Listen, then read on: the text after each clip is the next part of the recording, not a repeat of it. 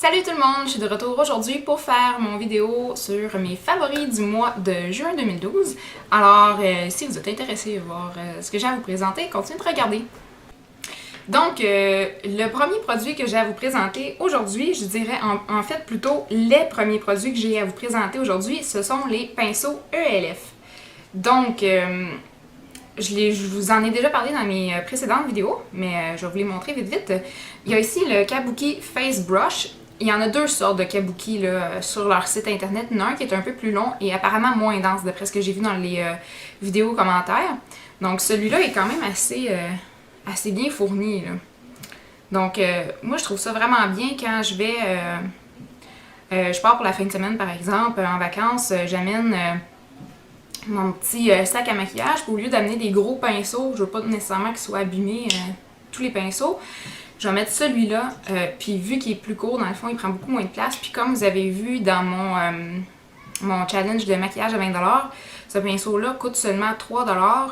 Puis, dépendamment de comment on le tient, c'est-à-dire plus comme ça, ou si on le tient plus comme ça, ou on met du produit seulement sur une des parties du pinceau, ça peut être un pinceau quand même assez polyvalent si on est capable de se débrouiller avec ça. Donc ça, c'est très bien. Ensuite, il y a le Powder Brush, comme ça, qui est... à bout plat. Celui-là, je dirais que, étonnamment, là, c'est pas mal probablement leur pinceau le plus dense. Donc, il est vraiment super dense. Puis, un moment où j'ai vraiment réalisé qu'il était super dense, c'est quand je les lave, en fait, là, je mets la même quantité de shampoing dessus que sur les autres pinceaux. Mais il faut vraiment faire attention en le rinçant parce qu'après, quand je le frotte sur une serviette, je vois qu'il en reste encore comme à l'intérieur. Mais c'est vraiment parce que les poils du pinceau sont super approchés. Donc ça c'est génial, puis je l'utilise d'habitude pour mettre mon bronzer partout sur mon visage. Ensuite, la Complexion Brush, ça me fait penser pas mal à celui-là, le Kabuki, sauf qu'il est comme plus étroit d'un côté. Donc je l'aime bien pour appliquer ma poudre maquillante. Et le Blush Brush, que vous avez déjà vu en action peut-être dans d'autres de mes vidéos, qui est vraiment un bon format pour le blush sur les joues. Encore une fois, je répète, ce sont tous des pinceaux à 3$. Puis pour la qualité, en fait, je trouve que ça vaut vraiment la peine.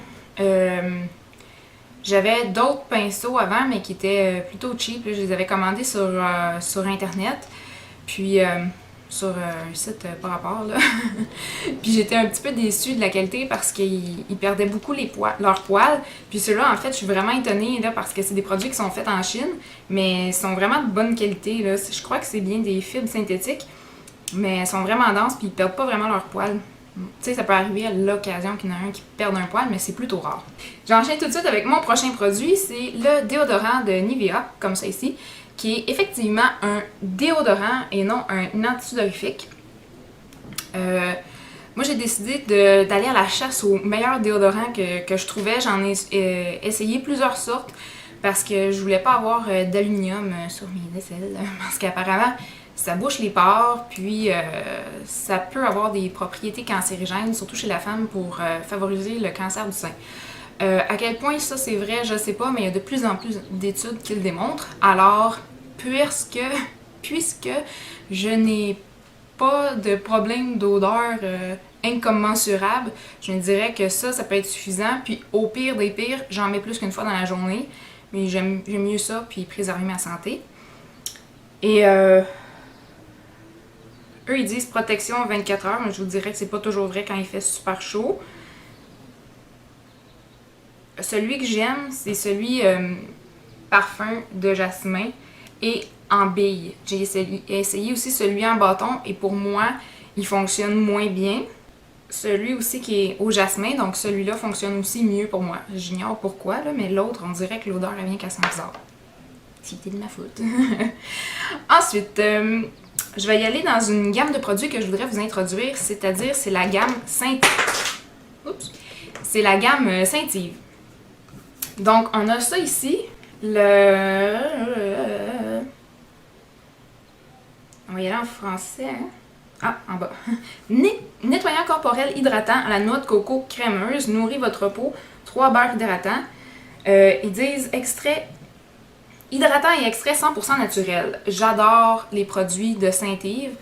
mon masque à l'argile que je me fais environ une fois par semaine dans le bain.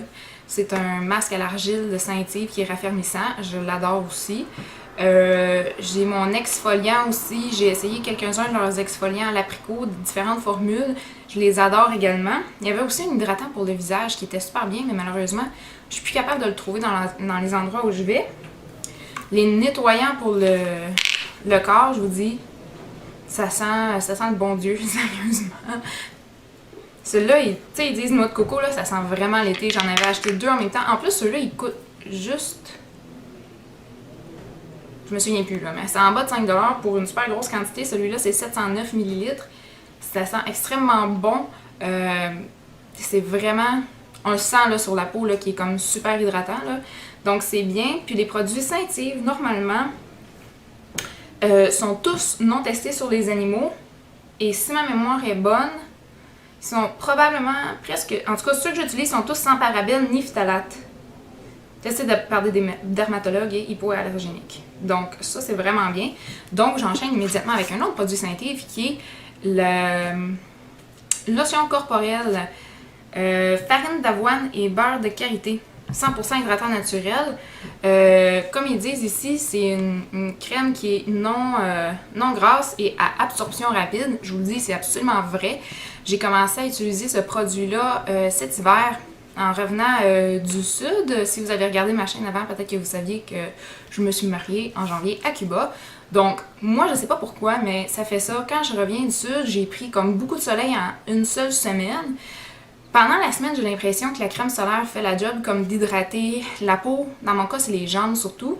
Puis quand on revient, on dirait qu'ils ont tendance à se dessécher puis ça vient que ça pique. Donc c'est pour ça que j'avais choisi celle-là parce que ça dit soulagement non irritant et instantané de la peau sèche et qui démange. Je vous dis, c'est vrai, ça marche. C'est 600 ml, donc c'est vraiment une grosse bouteille avec une pompe. Moi, j'adore les pompes. Ça dure quand même assez longtemps, j'en mets comme sur tout mon corps, là. C'est vraiment absorption rapide, ça sent super bon. Je vais vérifier en arrière juste pour être sûre. Douce pour la peau sensible, hypoallergénique. Ok. Formulé sans parabènes ni phtalates, non testé sur les animaux, ne contient aucun ingrédient animal et le flacon contient 20% de matière recyclée après consommation. Donc ça, c'est génial. En fait, ça fait partie un petit peu de la philosophie là, de la marque Saint-Yves. Si vous allez voir sur leur site internet, ils ont beaucoup d'informations à ce niveau-là. C'est sûr que la bouteille aussi est recyclable. Donc, c'est vraiment bien. En fait, je vous dirais, là, moi, leurs crèmes hydratantes, depuis que je les ai utilisées, je les adore. Sont pas chers. Parfois, ils viennent en spécial, soit chez Walmart ou chez Jean Coutu, par exemple. Donc ça, c'est bien. Celle-là est vide, donc j'en ai une autre que j'essaie en ce moment qui est au collagène. Elle n'a pas vraiment la même texture, mais elle s'absorbe quand même assez rapidement. Donc, collagène égale élasticité. Donc, on va voir ce que ça donne, mais jusqu'à maintenant, je suis vraiment satisfaite. Puis les propriétés hydratantes semblent être les mêmes et mes jambes ne piquent pas non plus. Donc ça, c'est super bien. On enchaîne immédiatement avec un autre produit qui a rapport avec la peau, qui est un peu magané, là, qui a changé de couleur parce qu'il y a eu un déversement dans une fin de semaine que j'étais partie là, dans mon sac cosmétique. J'ignore qu'est-ce qui a coulé, mais ça a comme taché la bouteille. Mais en tout cas, c'est un produit Nair qui est une crème dépilatoire hydratante pour le visage et la lèvre supérieure. Donc, je vous explique. Ça, j'ai pris ça en passant chez Walmart. Là. Il y a 57 grammes. Je me souviens pas c'était combien, là, mais peut-être 6$, mais c'est garanti que c'était en dessous de 10$. Puis, tu sais, vu que c'est pour le visage, ça en utilise vraiment minuscule, là. Puis moi, j'utilise en fait pour la moustache. Avant, ce que je faisais en fait, c'est que je bleachais ma moustache. J'ai déjà fait aussi à quelques reprises du laser. Mais j'aime pas ça, en fait, faire du laser dans mon visage parce que la fille, pour faire du laser, elle va te raser en premier. Ensuite, elle fait ton laser. Puis ensuite, ça repousse. Ce qui n'a pas été enlevé. Fait que je trouve ça un peu étrange comme procédé. J'aime pas vraiment ça. Puis, quand on bleach aussi, ben, on dirait que t'as encore une moustache. La seule chose, c'est qu'elle est blonde. Fait que je trouve ça un peu bizarre. Donc ça, je trouve que c'est vraiment une super bonne alternative. C'est drôle parce que quand j'avais vu ça, j'en avais jamais entendu parler. Je savais qu'il y avait des trucs là, dépilatoires pour le visage, mais je n'avais jamais vu, ou en tout cas, j'avais jamais cherché pour en particulier. Puis, moi, j'utilise du Nair à l'occasion sur mes jambes. J'ai fait faire du laser aussi sur mes jambes. Donc, quand que je me fais les jambes, ça dure vraiment longtemps. Donc, c'est pour ça que j'aime utiliser de la crème. Puis, je m'étais dit, ah, tiens, ça serait pas pire de faire ça, mais je n'osais pas prendre le produit des jambes dans mon visage. Elle me disait que c'était un peu cowboy de faire ça, là. Donc, ça fonctionne super bien, c'est doux, faut pas le laisser poser trop longtemps. La dernière fois, j'ai fait l'erreur de pas regarder l'heure qui était en le mettant, puis finalement, une chance, je l'ai fait le soir avant d'aller me coucher, parce que j'avais comme la peau un peu irritée, mais je suis allée me coucher, là, puis c'était tout parti le lendemain, donc ça, je vous le conseille. Ensuite, on va rester dans la thématique de peau. Je vais vous présenter deux produits que vous avez déjà vus si vous avez regardé ma routine soins du visage, traitement de l'acné contre l'adulte. Traitement de l'acné d'adulte.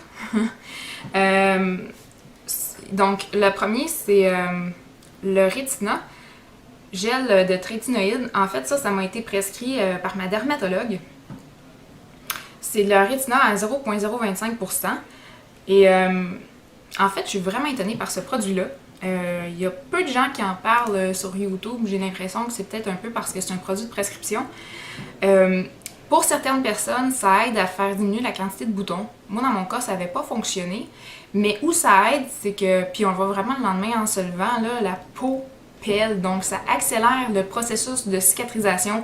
Donc, au point où j'en suis en ce moment, j'ai plus beaucoup de boutons, mais j'ai encore des petites taches brunes, en fait, qui se trouvent avec des cicatrices d'anciens boutons. Donc, ça, en fait, depuis un petit bout, j'avais arrêté de l'utiliser. Mais depuis que ça va beaucoup mieux, j'ai recommencé à l'utiliser, puis effectivement, là, ça aide à régénérer la peau. Et dans un même ordre d'idée, j'essaie d'alterner un soir avec celui-là, un soir avec celui-là. Celui-ci, c'est un gel de peroxyde de benzoyl à 10%. Je suis allée en pharmacie dernièrement pour vérifier si à 10% c'était disponible au Québec et le pharmacien m'a dit non. Au Québec, sans ordonnance, le maximum de pourcentage qu'on peut avoir de peroxyde de benzoyl dans une crème topique, c'est 5%. Aux États-Unis, c'est 10%. Donc, moi, j'avais pris ça quand j'étais aux États-Unis. Je l'avais acheté, je crois, chez Target. Donc, si vous avez des vacances, vous allez chez Target. Vous pouvez trouver ça dans les allées de pharmacie avec les Oxy et Clean and Clear, je crois. Là, c'est dans la même section. Puis, un petit tube comme ça de 1 once, donc 28,3 grammes. Ça dure vraiment une éternité parce qu'on n'en met vraiment pas beaucoup. Donc, moi, ça m'a extrêmement beaucoup aidé à avoir moins de boutons. Donc, toutes celles qui n'ont pas, ceux ou celles qui n'ont pas essayé le peroxyde de benzoyl encore, à appliquer régulièrement à tous les soirs. Et même si vous êtes au début de votre traitement, vous pouvez même le mettre matin et soir. C'est vraiment bien. La seule chose, c'est que quand c'est à 10%, là, les premières fois qu'on l'utilise, là, notre peau peut faire une réaction. Faut peut-être en mettre moins les premiers jours et peut-être juste une fois par journée pour que notre peau s'acclimate parce que sinon on peut avoir une genre de réaction.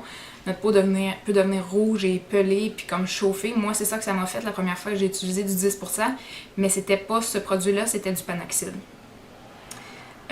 Donc, c'est ça. Un autre produit que j'aime énormément, que vous avez déjà vu peut-être dans des vidéos précédentes, c'est mon baume pour les lèvres Burt's Bees. J'avais hésité beaucoup avant de l'acheter.